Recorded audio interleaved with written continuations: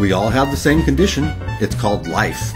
For me, it means being a gay man and an addict in recovery, and sometimes a drag queen, and dealing with aging and sex, and being a friend, and finding happiness, and doing it all while living with HIV for the last 25 years. This much I've learned. Life definitely has side effects. I'm Mark S. King, and this is my fabulous disease. My friends, crazy, funny, alive, supportive. I can't believe it's been so long since we all got together. I'm going to show you what that night was like. So allow me to introduce the real Paz guys of Atlanta. Antron! Hi. Come on in. It's cold. My name is Antron. I am 25 years old, and I have been HIV positive for going on 6 years now. Hello. Hi.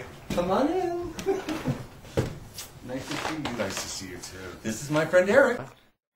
Hi, I'm Eric, and I am 46 years old, and I have been positive for 19, almost 20 years. James. How are you? Good. How are you doing? Good. This is my friend James. Hi. Hello, I'm James. I am 43 years old, and I've been HIV positive for 20 years this week. How are you doing? Good. This is my friend Craig. This is Craig who 2 hours ago calls me and says, I don't think I can make it. I double booked. But hey, my name is Craig. It's so nice to be welcomed in such a loving and affirming fashion. I'm 50 years old. I feel warm all over, in spite of the cold. And I've been HIV positive for half my life, so that's 25 years. Too much. To get the evening started, I figured there's nothing that says male bonding like baking brownies. So we made a batch. Is this right, Mark? Am I doing it right? Dump it all in. Just dump it in. Okay. I'm convinced chocolate is good for the T cells. Chocolate is good for your T cells. I tell them all the time, they are my boyfriend, you know, because each one of them brings something different. But at the same time, you mix them all together, and they're this incredible entity that really boosts and supports me. With brownies in the oven, we gathered round the fire and caught up on each other's lives. I have been trying to, really find somebody to connect with, and I don't know. I think I'm just taking a break from most of that. At one point, when I no longer was in a relationship, I was a little loose. So yeah, I was seeking validation. I was seeking comfort.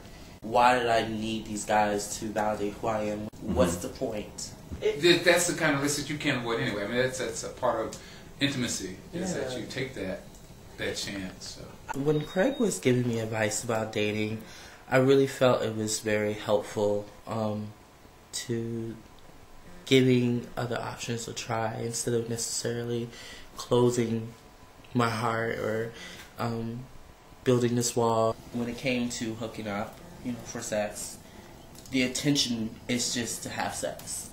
There's no Acting out. right. Because I always hear that phrase as being acting, like if you're just hooking up for sex, that's acting out. Right. I don't necessarily I don't know about always- acting out. I was going to say, I don't always mean that. I don't think it always means that. It's nothing wrong with wanting a good nut. I think it becomes acting out when it's selfish and it's not about connecting. I associate so much all of that multiple sex partner stuff with drugs. And so I just can't do that anymore, and that's okay. I mean, there are some things I can't do. I don't go to bars.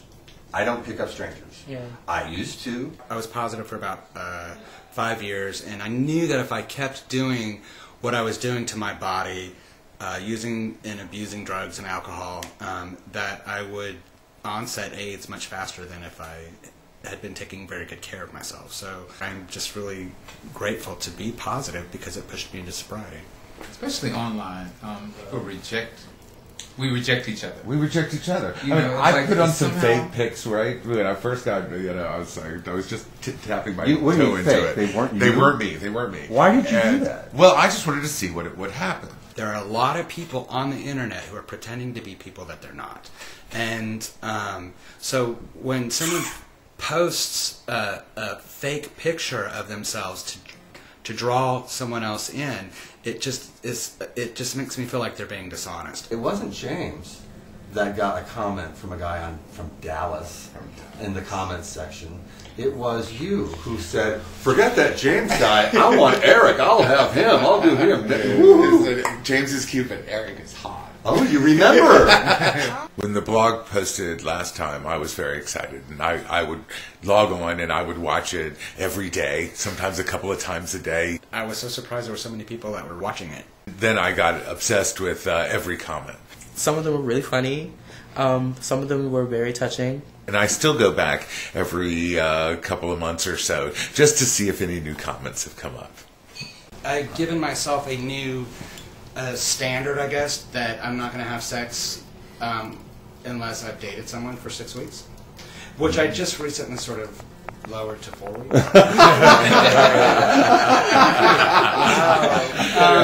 And so I haven't dated anyone for 6 weeks or 4 weeks. Who wants friends? I do. I'm moving, so I'm saying goodbye to my doctor right now and getting another one. And I don't. What kind of relationships do you have, and how honest are you about stuff? Oh, he still asks me questions about, my sexual activity and protection. Oh, so he asks you about safer sex, you know? Now, my first doctor was a woman, and she wasn't comfortable with that issue at all. Well, he is. But she was so smart about HIV that, that was really an overriding issue. Friends are so important because we need to have love and support and caring in our lives. We need to be able to talk about what's going on and how we're dealing with HIV on a daily basis and share it with someone who cares. Have you ever had a stress test? No. You're 50. Okay. If they're real friends, then they know your worst, and they love you anyway. The brownies went fast, and it was time for show and tell. I asked my friends to bring something related to HIV in their lives. It's a journal, Blackheart. So this is 1985. There are these amazing writers, many of whom obviously were living, struggling, dying with AIDS. These were guys that I looked up to, guys that inspired me to be honest about and open about my life, not only about HIV, but just my life and my journey. It's a really treasured artifact for me. It just reminds me of how many beautiful and artistic and talented people we lost, and those were to be my mentors. All my experiences have been recorded in these journals. This entails the good and the bad and the ugly and the screwed up men. I think that he's come away with some hard lessons about opening up too soon to men that haven't earned his trust. And I think he's going to have to be careful about just who he lets in emotionally. Not only who he lets in his bedroom, but also who he lets into his heart. This is a photograph from Paris. A lover of mine who passed away asked that I take his ashes to Paris, and this is where we spread them. I've had a few significant relationships in my life, and I think one of the reasons why I'm single now is that I'm not sure that I can go through this kind of loss again. The hurt is so deep, and I miss him. I miss him so much. Death can happen to anybody, anytime, but when you're positive, it is something that you often think about a little bit more. And I know for me, I think about, if something was to happen to me, will I have someone in my life who's going to be there for me, by my side? Maybe Antron means someone special, but friends are the ones with us along the way.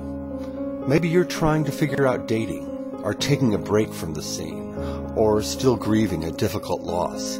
It's our friends that make the journey easier, and strong social support usually means a healthier you. Thanks for watching, and please be well.